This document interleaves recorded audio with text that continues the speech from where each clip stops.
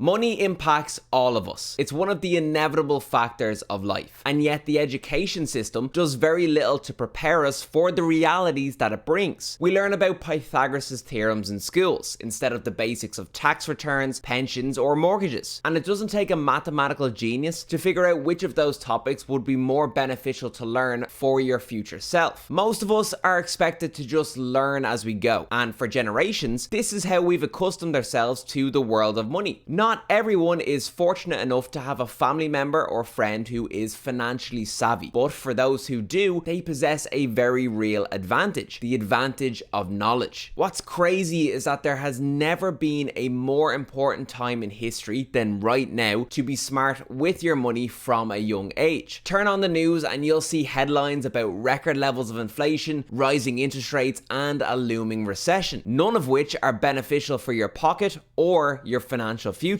So in this video, I'm going to share 7 things about money I wish I knew at age 20 to provide you with a money bible, so to speak, when it comes to making smart decisions from a young age. Number 1, understand that money is a tool. This is one of the biggest mindset changes that happened to me during my 20s. For years, I, like the majority of people, had a very linear view towards money. Money came in and it kind of just sat in my bank account as I proceeded to spend it over time on various different things. I wasn't viewing my money as anything other than numbers on a screen that I had to have in order to fund my day-to-day spending. And when you're in college and starting off work for the first time, your spending priorities are really just centered around alcohol, food, and traveling. But the point is that when you first start earning money, you tend to view money as nothing but a means to an end. Instead, shift your mindset to view money as a tool. Like any tool, it serves a purpose. If the tool is used correctly, it can allow you to achieve great things. But if it's used incorrectly or inefficiently, we run the risk of leaving lots of wasted potential on the table. In the words of Anton Creel, you need to respect money and be indifferent towards it. I believe that in order to respect money, you need to first understand what it can do for you if it's respected. When you gain that understanding, everything then becomes a choice. You go from this state of subconscious spending to asking yourself, am I showing respect for my money's potential by making this decision? Once you're there, that's when everything changes. Keep this in mind as we progress through the video, because by the end, you'll understand the true potential of your money if it's respected. Number 2,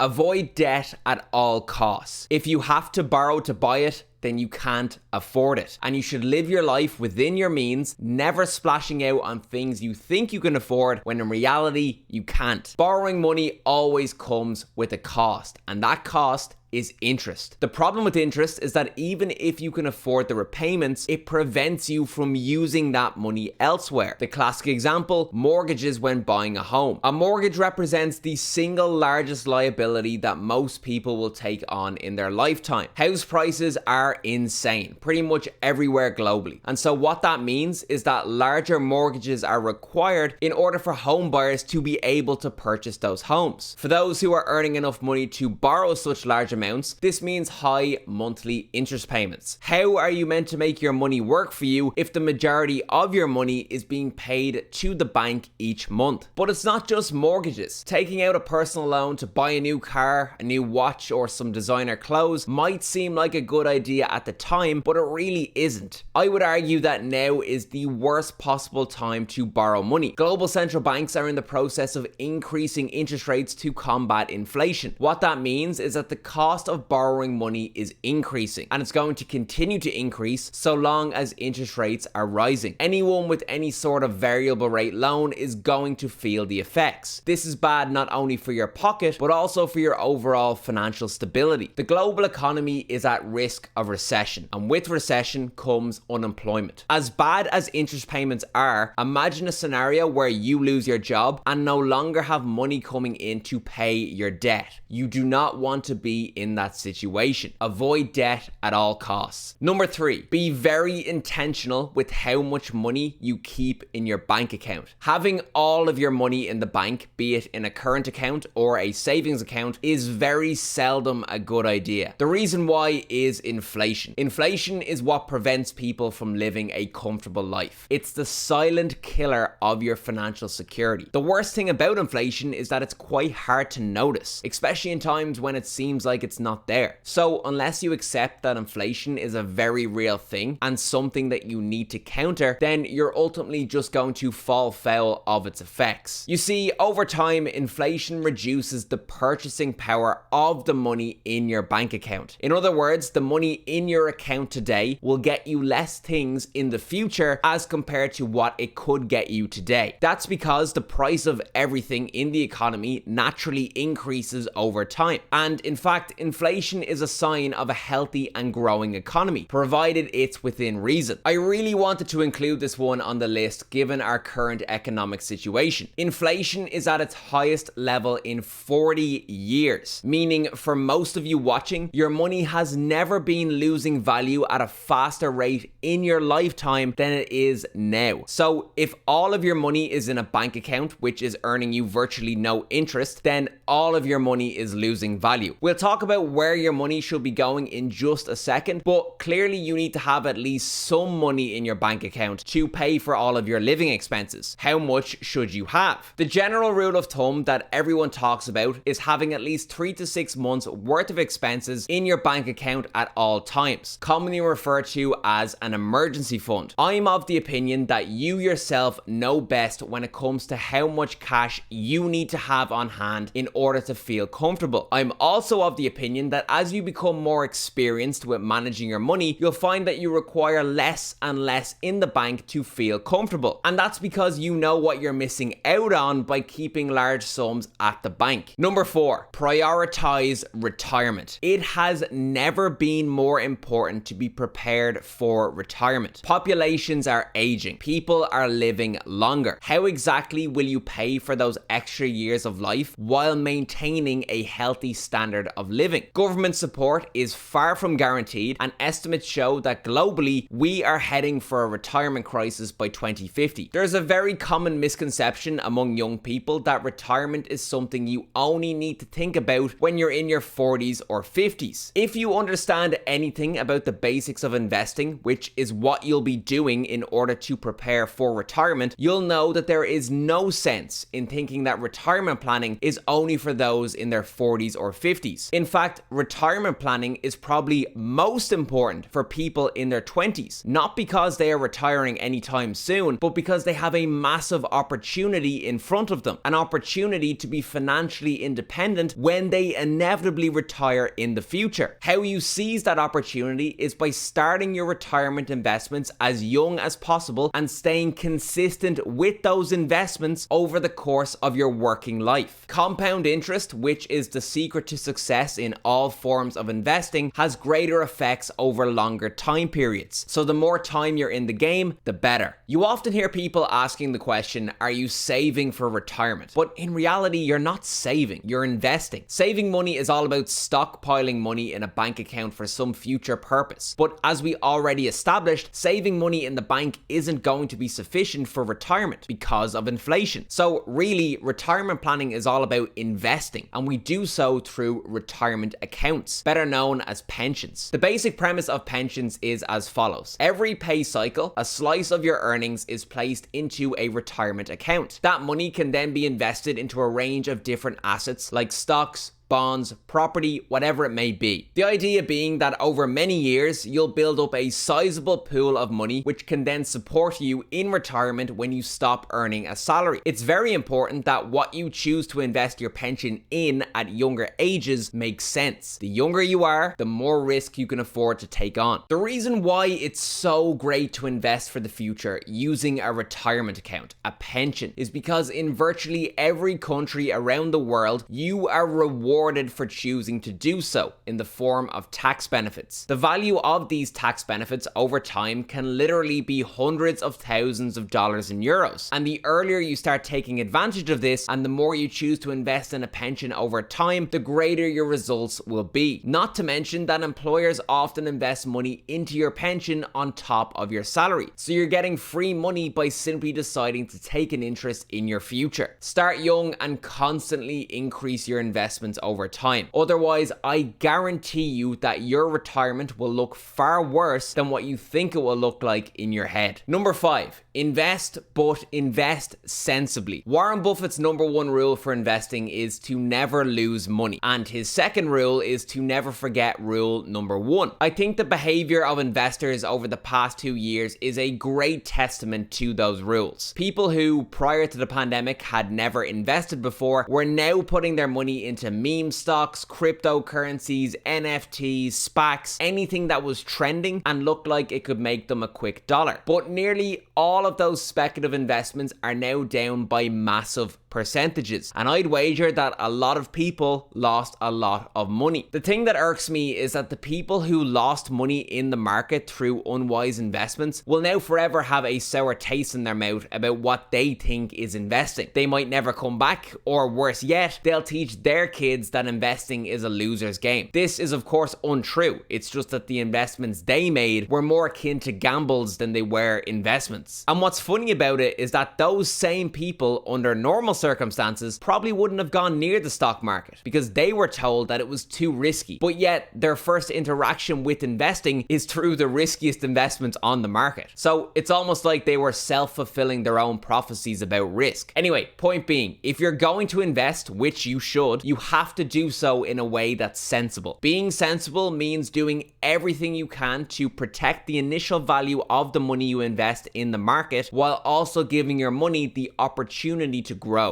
The best way for the majority of the population to achieve that is to invest consistently into low-cost exchange-traded funds which track a stock market index like the S&P 500, and to do so for many decades. There's no reason to overcomplicate it. That, in my opinion, is all that's required to achieve adequate, not exceptional returns. We've talked endlessly about the benefits of ETF investing on this channel, so there's resources available for you to understand how you can go about getting started. But the premise around never losing money and investing sensibly is equally as applicable to your retirement account investments as it is to the investments you make personally. What I always tell people is to maximize your retirement account investments as much as possible, and then if you still have some money left over for investing purposes, consider starting up your own personal investment portfolio. The reason why you should structure it like that is because retirement account investing is far more tax efficient, and it comes with a slew of other benefits like additional investments from your employer. Whereas with personal investment portfolios, you're investing after tax money, so you're not being as efficient as you could be. Again, all part and parcel of being sensible. Number 6, be very selective with how you choose to earn your money. One of my biggest realizations, which has come in the last 2 years, is that we genuinely all have the ability to shape the life we want to lead. And I use the word genuinely because we've all seen the stereotypical motivational videos, but it's very seldom that we actually take action on what we hear. And because of that, we can subconsciously start to assume that none of it is possible. But what I've found from doing YouTube is that provided you're working towards building something that you're passionate about, it starts to become a lot clearer as to how you can turn a passion project into a business. And so when I say be selective about how you earn your money, what I mean is that you have a choice. You don't have to be unhappy working a job just for the paycheck. The opportunity for making a living out of doing something you love has never been greater in history than it is today. And ultimately, your happiness is the utmost priority. That's not me spouting some motivational nonsense. That's just factual information. The tools that we have to build and monetize an audience have never been better, and they're only going to keep getting better. And what's crazy is that if you're, say, age 20 right now watching this, you could work relentlessly building a business around your passion for the next 10 years and you'd only be 30. So the earlier you start, the more time you have to work at it. What's also important to realize is that real monetary wealth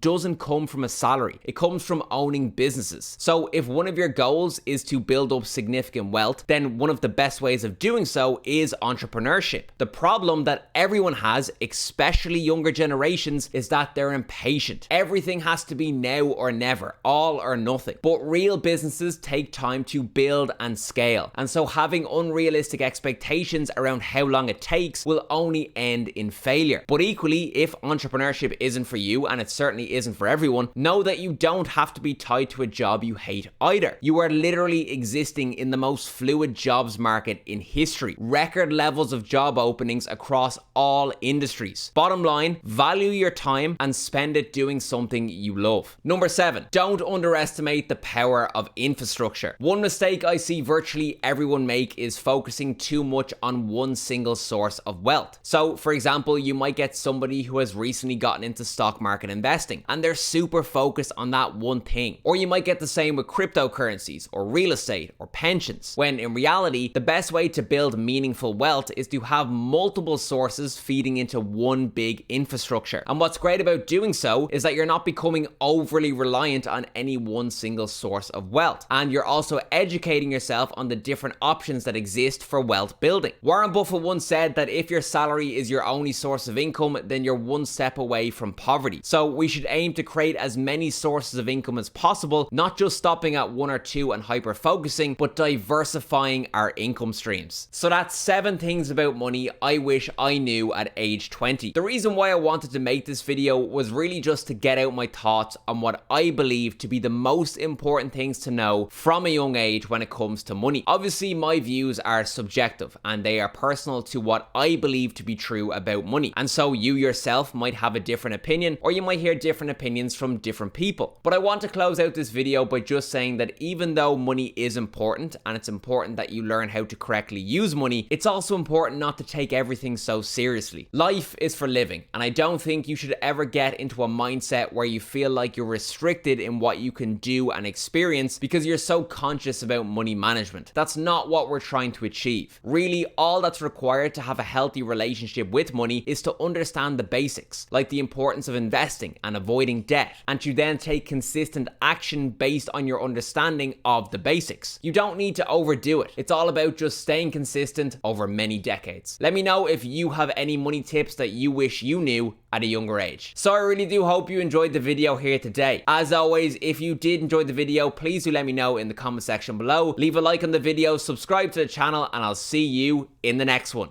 Cheers.